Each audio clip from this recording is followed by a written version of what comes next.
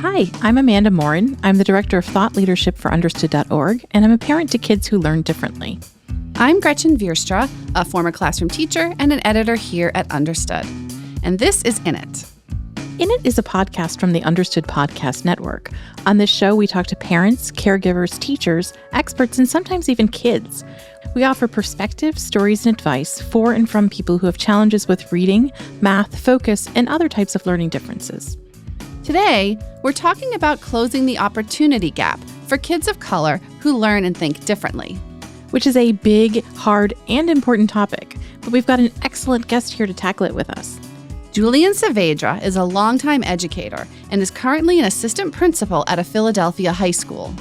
He's also a teacher fellow at Understood, part of a community of teachers we have who learn from and support each other, and then take those learnings out into the classroom. So we go way back with Julian. And, most important to our conversation today, Julian is the host of The Opportunity Gap, a fantastic new podcast in the Understood Podcast Network.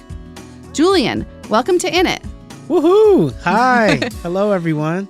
That intro, you make me feel good. Nice. Well, you should. Just exciting to be here with you all and to really tackle a topic that everybody should be talking about. And I'm glad that we're taking the opportunity to come together and kind of hash it out from our different perspectives. Nice. I think that's such a perfect segue to talking about the theme of your podcast. Yep.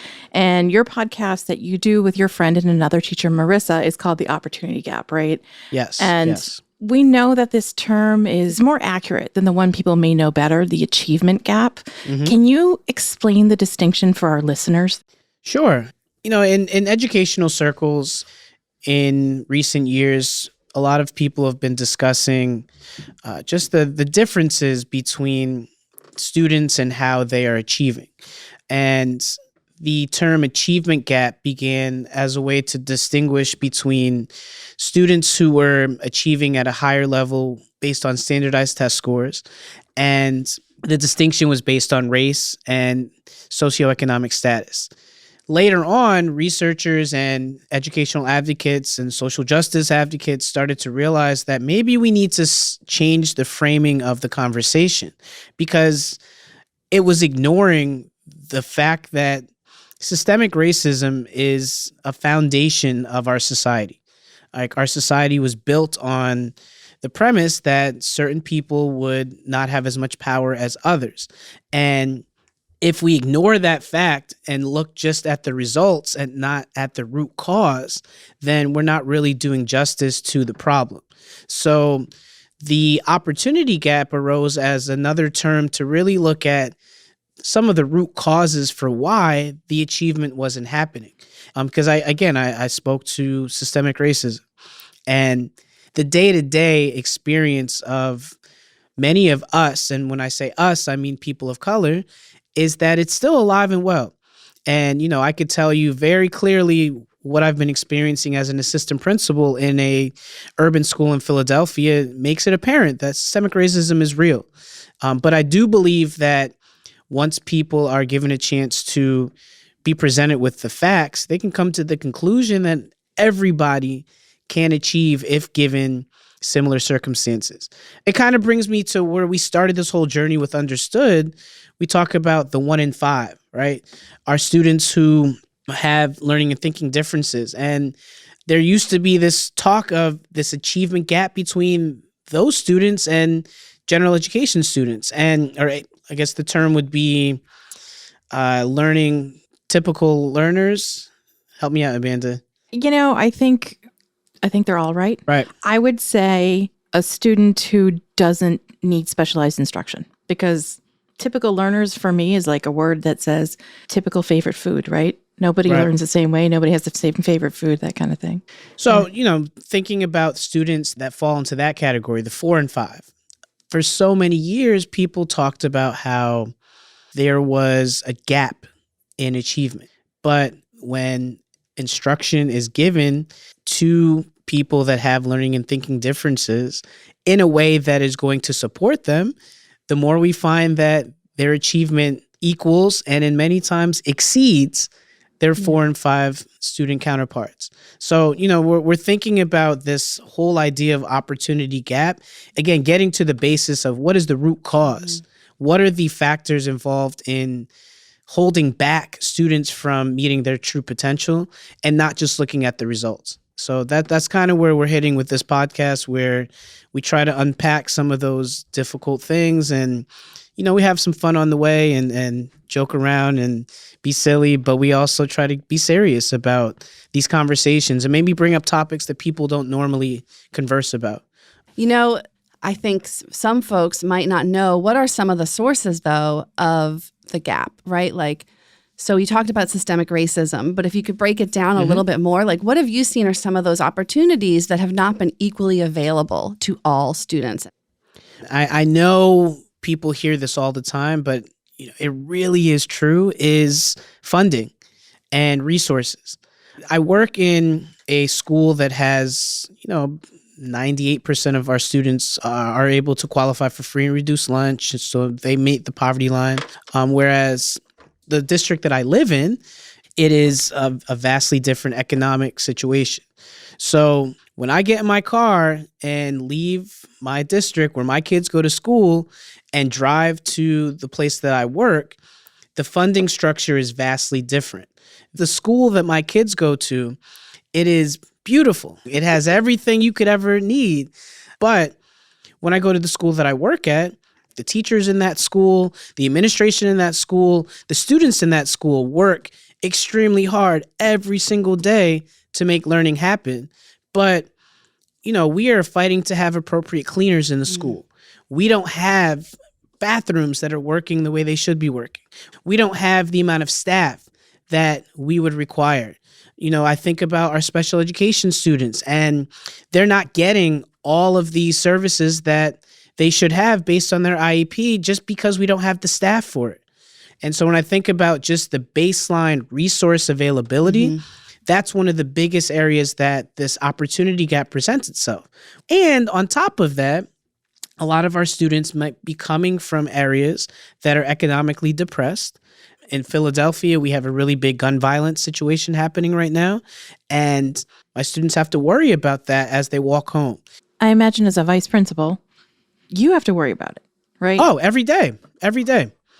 So, there's all these other societal things that are in place that, the school is not necessarily equipped to deal with or solve, but it doesn't mean it doesn't impact the day-to-day learning experience of our students. Right.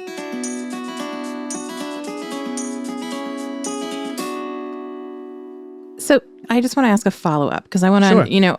I understand the funding thing a little bit, right? I worked in a really rural school district here in Maine and drove from my privileged school district to that school district and had a lot of the same kinds of things you're talking about. But I think a lot of people don't understand why you drive 6 miles and it changes. Yes. Do you have a clear explanation or a clearish explanation of that? Sure. Clearish. In many cases, school districts use a combination of funding streams to fund their sources. And for many suburban districts, a lot of the school funding is based on property taxes. When we look at that correlation, then that's where we'll see the funding sometimes is unequal. The other issue is that in a lot of our larger cities, they've been defunded for decades. Right. Yeah. So we're dealing with schools and districts that have not had robust funding structures for 30, 40, 50, 60 years. And there has been an abundance of funds and an investment in the last 5 or 6 years, but it's still playing catch up. That's so helpful to me. Super helpful. And I also think I will add in here from a disabilities perspective too, there's a funding issue here too, right? Because we talk about the Individuals with Disabilities in Education Act, which has never been fully funded.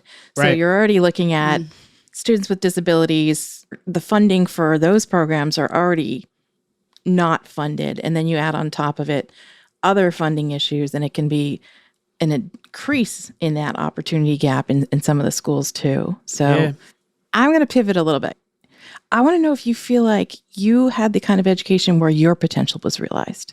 So, something that that I think is sometimes missing in the conversation is what's happening outside of the school walls. And I would say that a large chunk, if not all of my most profound educational experiences came outside of school. I lived in a neighborhood similar to what my students live in. I was brought up by a single mom. My father passed away when I was young, and my mom brought us up, and my grandmother was a really big part of our lives. And they both worked really hard to make sure that education was a top priority. So, my Nana did not play around. She had us reading the dictionary, and she bought us the Encyclopedia Britannica, and we had a whole set in our room, and we watched Jeopardy with her every night. We went to a Catholic school. All of my teachers were white women, some of them nuns, but I didn't have a male teacher until I was a 9th grader, a 10th grader. Wow. I didn't have a black male teacher until I went to college, right? So I didn't see people who were like me or looked like me or understood where I was coming from in an authority educational setting until much later. The school I was at was probably 60-40. So it was a mixture of people, but it really helped me understand how education could be a safe space. And I still will always respect the values that the schools that I went to taught us. Like, it really focused on being a good person and doing for others. But when I got to college, I went to a primarily white school in Connecticut. And the biggest jump is not that I had never been around white kids before. Like, some of my best friends were white, but it was the socioeconomic switch that really blew my mind.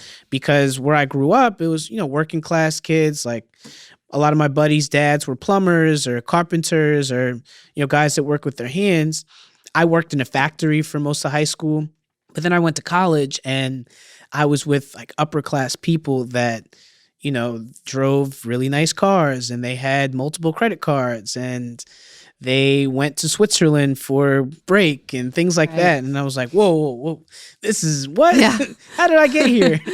But it really opened up my mind to like a different way of living and how this whole other side of society that I had never been exposed to, this is how folks lived. I was the kid that, a lot of my buddies at home, they were not going to college. Like, I didn't know anybody from my neighborhood that went to college. Nobody. Like, everybody either went into the streets and did that, or they went to work. So I was one that kind of focused on how education could be opening some doors. What it's done for me is really given me these life experiences that I might not have had if I had remained where I started. So, Julian, that's making me wonder about two things. So, first of all, how did you decide to become a teacher? And then even way before that, how did you become one of the only kids in your neighborhood to go to college? Because, sometimes knowing what to do, how to apply, and all of that's involved in college applications, sometimes even knowing how to get started can be a barrier. I go back to my mom and my grandmother. It was just the expectation that we were going to college. Okay. But I would credit my history teacher, my 11th grade history teacher, Mrs. Benedict, shout out to her. She sat with me after school and helped me fill out my FAFSA form. And she pushed me to really find ways to get into school. And I remember I applied to Yale, and I put the application together and I dropped it off to the guidance counselor. And the guidance counselor didn't think that I was going to be Yale material. If you could see air quotes with my voice, then, Yeah. And her explanation was, just she didn't think that I was going to fit in there, and my type of people didn't really go there that much. And I didn't understand what was happening at the time. Now, looking back, I get what was going on, but she purposefully didn't send the application in on time. Oh, God. So I come to find out that I got waitlisted at Yale, and the people at Yale said it was because if you had sent it in on time, you would have had a guaranteed spot.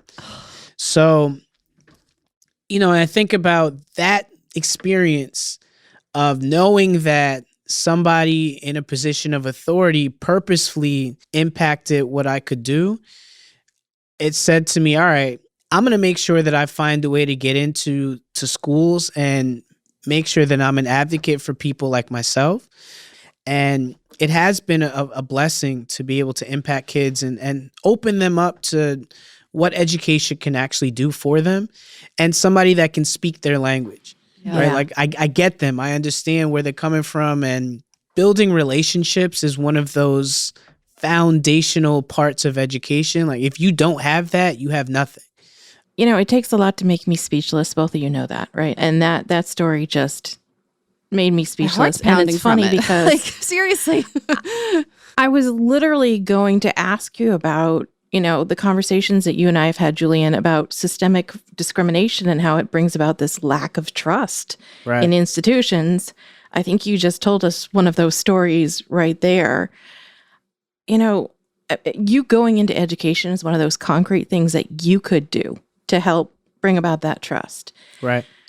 What are some of those other concrete things that teachers can do to start building that trust? We know that across the country, the majority of our teachers are more like the two of you than they are like me. Yep. Like, we know that 2% of teachers nationally are Black men. But given the fact that the vast majority of our teachers are white women, what can they do to start making inroads and building more trust? Well, I think a lot of them already do. It starts with having an authentic desire to do the job you've chosen to do. For me, it was all about opening myself up to learning from the students. Like, learning is a two-way street. Learning is not just us dictating information to the people in front of us. And the teachers that are able to build the strongest relationships are able to create a climate where, especially if you have students that are not sharing the same demographic that you are, there's an even bigger opportunity to learn from each other. And then the second thing that's coupled with that, you have to have high expectations. And I say that in that many people believe building relationships sometimes is being caring and being warm, and that's great. You also have to have respect and high expectations and tough love. And when students know that you're going to hold them accountable, they might not like it in the moment, but ultimately they're going to respect that you're not going to let them get away with things. You're going to be consistent. You're going to be there. You're going to be in their corner. And I think if you couple the authenticity of wanting to learn more about them with having high expectations and with being consistent, those are all the ways that you can start to concretely build a relationship with students, especially the students that need us the most.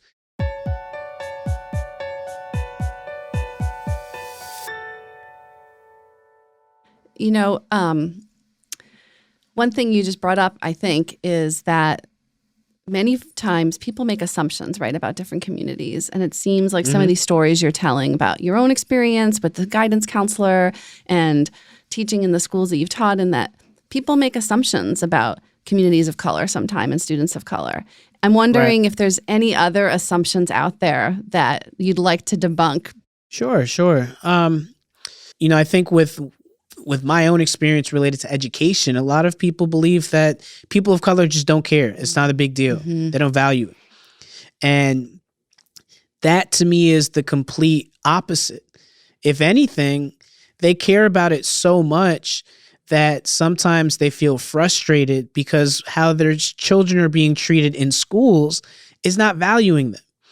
When I open a book and I see all these people that don't look anything like me, but I'm supposed to be sitting and learning about them and learning what their values are, and nothing that my family is teaching me at home is reflected in school, well, you know what? Of course, I might feel some type of way. Yeah.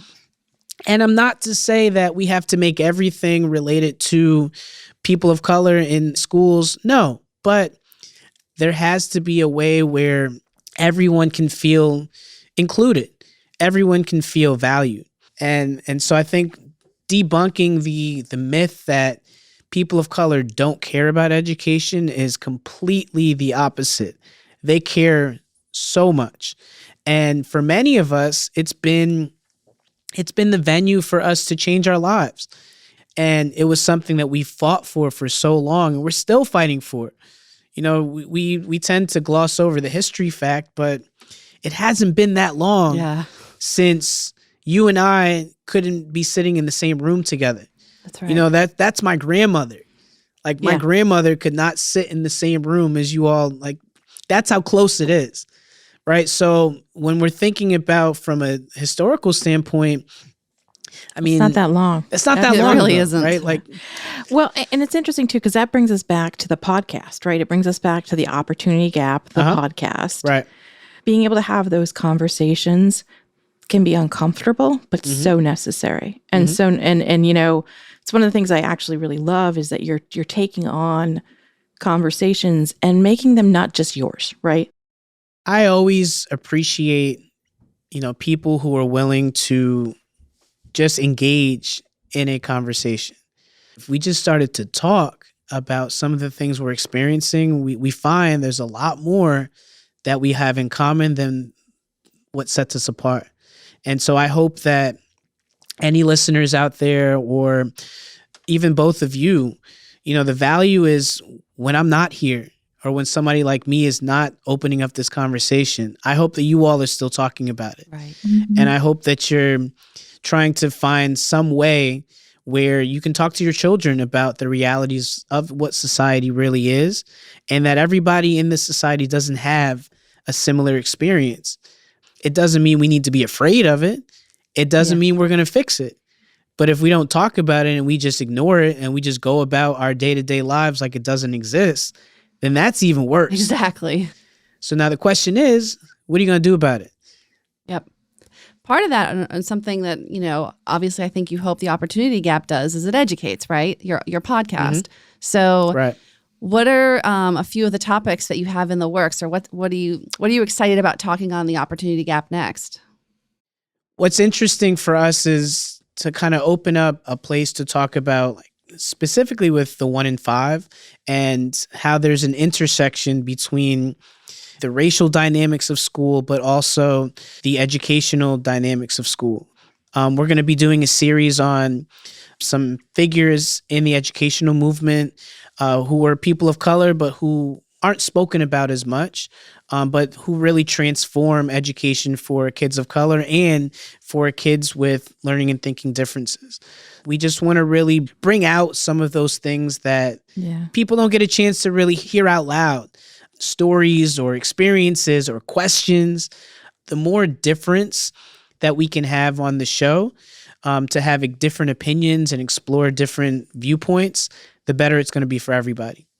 I want to thank you, Julian, for taking time to talk to us today. I know you're so busy, and so we appreciate you being here with us on In It. Thank you so much, Julian.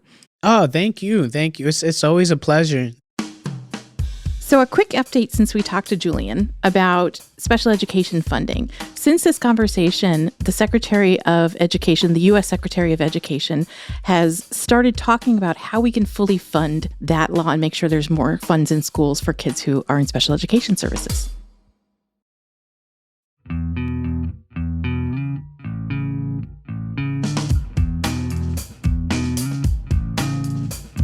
You can listen and subscribe to Julian's podcast, The Opportunity Gap, which he co-hosts with Marissa Wallace, wherever you get your podcasts.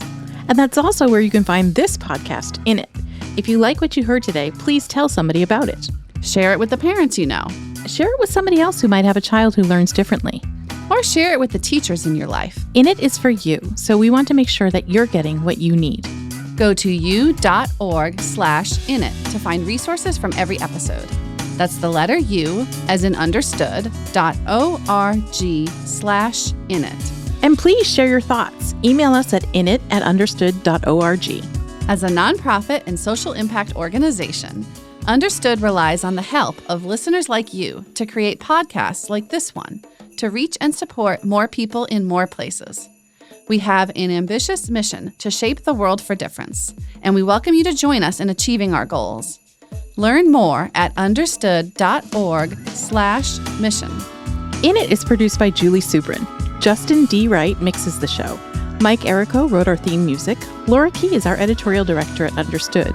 Scott Couchier is our creative director, and Seth Melnick and Brianna Berry are production directors. Thanks for listening and for always being in it with us.